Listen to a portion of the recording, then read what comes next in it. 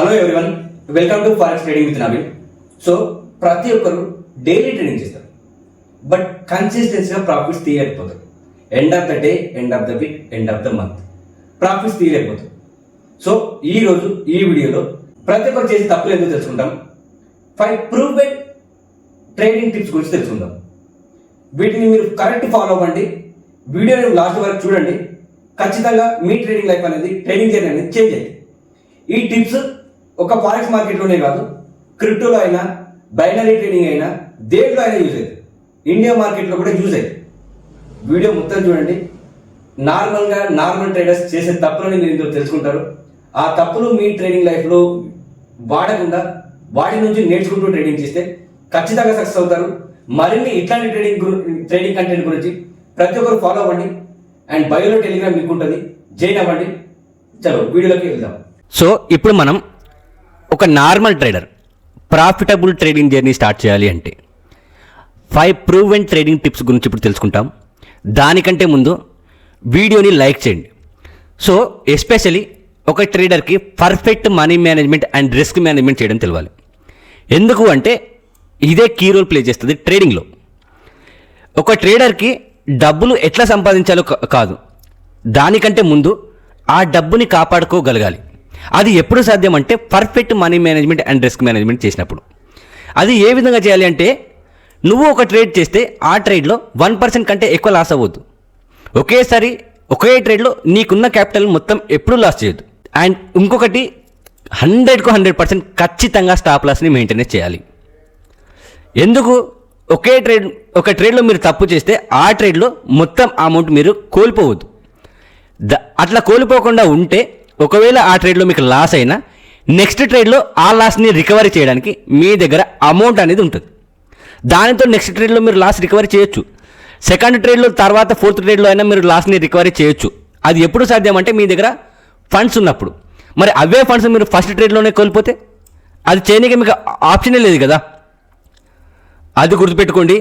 Especially ఒక profitable ట్రేడర్కి ఎలాంటి లక్షణం ఉండాలి అంటే, తను లాభాలను కాపాడుకోగలగాలి, తనకు వచ్చిన ప్రాఫిట్స్ని కాపాడుకోగలగాలి. అట్లా కాపాడుకోవాలంటే తను ఏ విధంగా ఆలోచించాలి అంటే, ఎట్లా నష్టపోకుండా ఉండాలో ఆలోచించాలి. అప్పుడు తను proper money management, risk management చేసినట్లు end of the day, end of the month ప్రాఫిట్లో ఉంటాడు. దాని తర్వాత ఎస్పెషలీ బెస్ట్ సెటప్తో ట్రేడ్ చేయాలి. పర్ఫెక్ట్ సెటప్ ఉండాలి. ఒకే స్ట్రాటజీతో ట్రేడ్ చేయగలగాలి. ఒక 5 స్ట్రాటజీస్, 6 స్ట్రాటజీస్ అవసరం లేదు. రోజుకు 10 ట్రేడ్లు, 15 ట్రేడ్లు, 20 ట్రేడ్లు చేయాల్సిన అవసరం లేదు. రోజుకి 2 నుంచి 3 ట్రేడ్లు చేస్తే చాలు. ఒకటే సెటప్తో ట్రేడ్ చేయాలి, లేదంటే 2 సెటప్స్తోనే ట్రేడ్ చేయాలి. తక్కువ ట్రేడ్స్ చేయాలి, క్వాలిటీ ట్రేడ్స్ చేయాలి. అప్పుడు క్వాలిటీ అనేది పెరుగుతుంది. మిగతా ట్రేడ్స్ అన్నీ వదిలేసేయాలి. ఇది ఎస్పెషల్లీ గుర్తుపెట్టుకోండి. స్పష్టమైన సెటప్ వస్తే ట్రేడ్ చేయాలి, లేదంటే ట్రేడ్ చేయొద్దు. సెటప్ వస్తేనే ట్రేడ్ చేయాలి, లేదంటే ట్రేడ్ చేయొద్దు. అది ఈ రోజైనా, రేపైనా, ఎల్లుండైనా ట్రేడ్స్ వచ్చే వరకు వెయిట్ చేయాలి. ట్రేడ్ వస్తే ట్రేడ్ చేయాలి, లేదంటే లేదు. No trade also very very very very good trade. దానికోసం మన దగ్గర ఓపిక అనేది ఉండాలి. ఓపికగా వెయిట్ చేయగలగాలి ట్రేడ్ వచ్చే వరకు. అది ఈ రోజైనా, రేపైనా.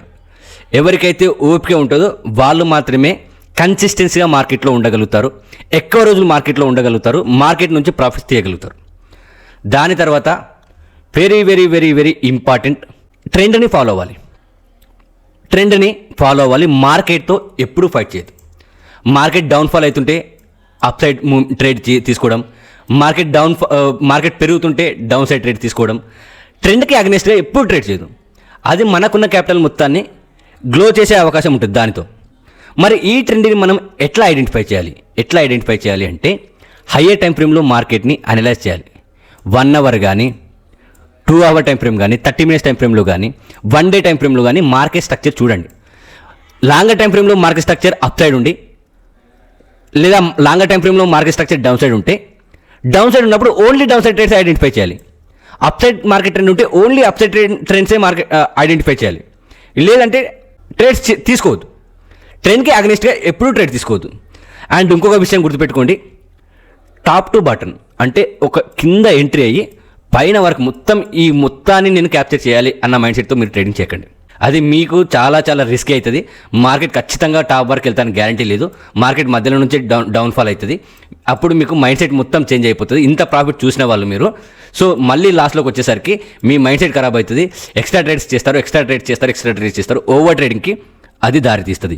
అండ్ ఇంకొకటి, trend is our best friend అంటారు కదా, అది జస్ట్ డైలాగ్ కాదు, అది ట్రూ. అది గుర్తుపెట్టుకోండి.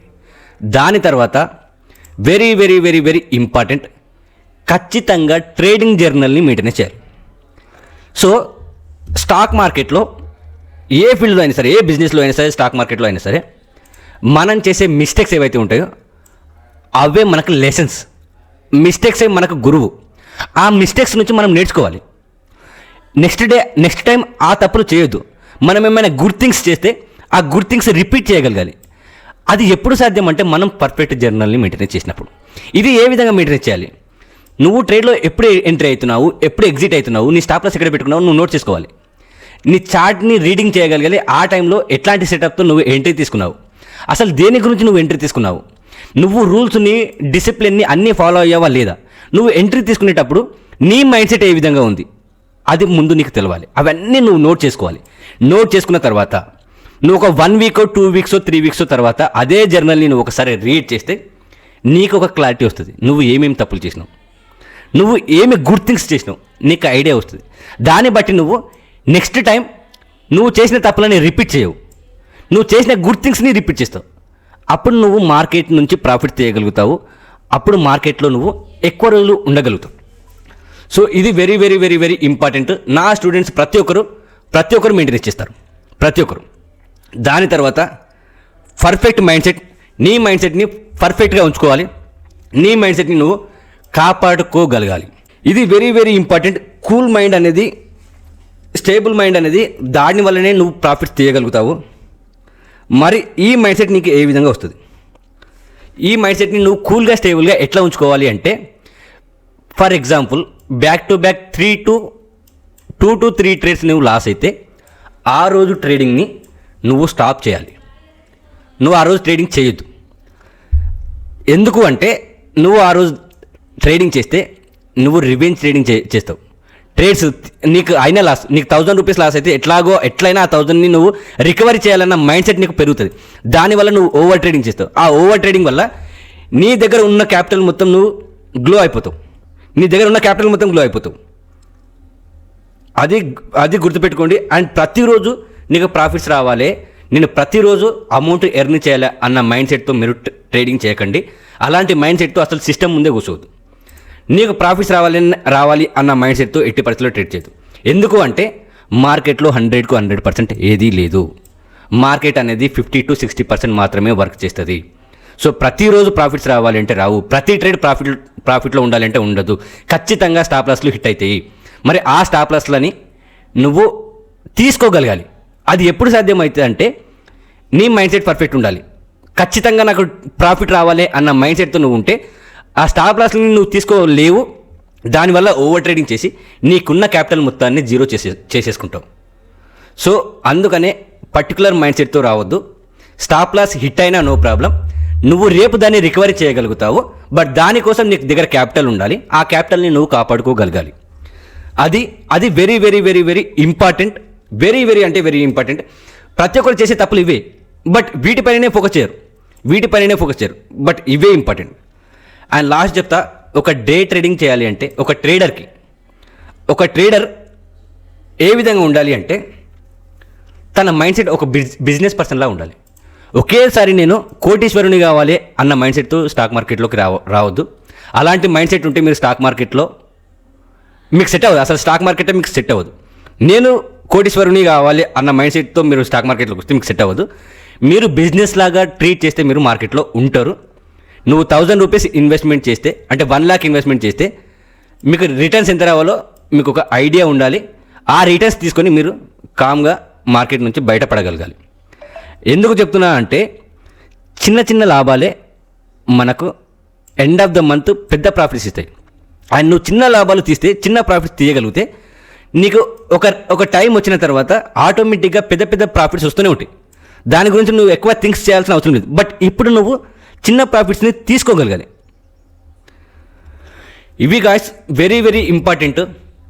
జాగ్రత్తగా వీటిని ఒక నోట్బుక్లో రాసుకొని ట్రేడింగ్ కంటే ముందు మీరు డే స్టార్ట్ చేసే ముందు వీటిని మీరు ఒకసారి రీడ్ చేసుకొని స్టార్ట్ చేయండి. మీరు వీటినే చేస్తారు. So very very very very important key role play చేస్తాయి స్టాక్ మార్కెట్లో నేను చెప్పిన ఈ 5 పాయింట్స్. ఈ వీడియో కనుక మీకు నచ్చితే ఖచ్చితంగా లైక్ చేయండి అండ్ కామెంట్ చేయండి. మరిన్ని ఇట్లాంటి ట్రేడింగ్ కంటెంట్ గురించి ప్రతి ఒక్కరు సబ్స్క్రైబ్ చేసుకోండి. అండ్ టెలిగ్రామ్ లింక్ బయోలో ఉంది, జాయిన్ అవ్వండి. మీరు నేర్చుకుంటూ ఇన్వెస్ట్మెంట్ చేయడానికి ఈజీగా ఉంటుంది. Thank you guys, have a great day.